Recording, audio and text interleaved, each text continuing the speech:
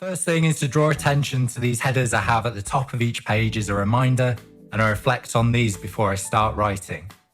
So to draw attention to a few of them, number 2, description always from a character point of view. So for example, Jeff hates Miranda's purple sweater. Here we've learned something about Jeff, what he likes and dislikes, and Miranda in that she likes to wear purple sweaters, as opposed to a kind of straight narrative telling of Miranda is wearing a purple sweater, in which we only learn something about Miranda. 4 and 5, consequences of the episode, action escalating. So you have this overall narrative of character progression. The character generally journeys from one internal place in their life to another and is changed in some way. This should also be happening on a smaller level in each scene and each episode. Last one, number 6, themes and symbolism. So this might well come into play later down the line, drafts 2, 3, 4. But what I'm looking for here are images, metaphors, simile, comparisons that give the reader something just under the surface, as well as pulling the reader back to the themes of the novel.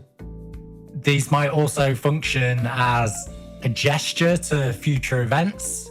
They give the reader this kind of subconscious feeling of what's about to happen. Probably the biggest revelation from doing this process is that for me, when I go to the page, the first thing I hear is voice. I'm not seeing the scene as it doesn't unfold before me as a cinematic experience. I'm hearing the voice and then I'm filling in the details later. So I'm particularly thinking when I go to the page about the quote you can see now on the screen. For me, what this means is that in any interaction, there's power dynamics at play. Each person approaches the interaction with their own history, their own intent, and that's reflected in the power dynamics. And then that needs to be reflected in the dialogue on the page. In the video you'll see now on the page, you'll see that I'm going straight to the dialogue. I'm trying to find the voice. I'm trying to find the rhythm of the voice, the intention of the voice, the aggression of the voice. And that's where my focus lies initially.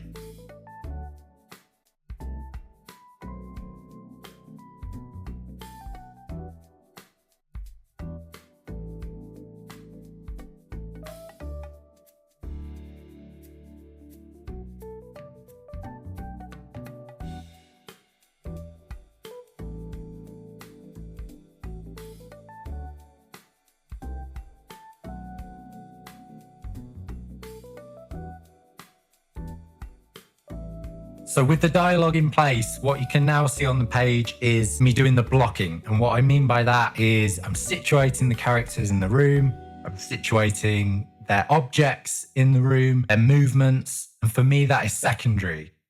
To repeat again, the dialogue comes first, and then these sort of more visual details come after that.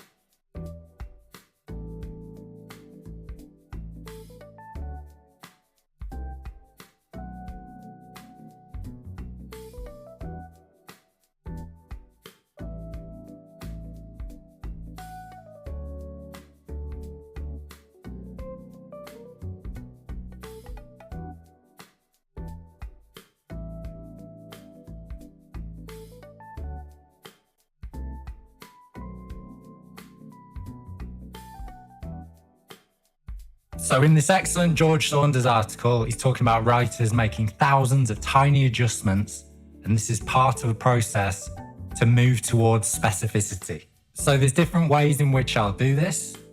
The first way, which you can see now on the page, is going through and highlighting any words that are quite vague. Demeanor, in this case, doesn't really tell the reader much. It doesn't paint them a picture at all. Another way in which I'll do this is by centering the verb choice. So you'll see in the passage now on screen that I'm kind of circling the details. I'm trying out lots of different adjectives. There's quite a lot of adjectives in there. And it's only once we get to the end of this short video and you'll see that I make the verb choice and then the image comes together. Basically, a good verb choice will do the heavy lifting for the image instead of lots of different adjectives.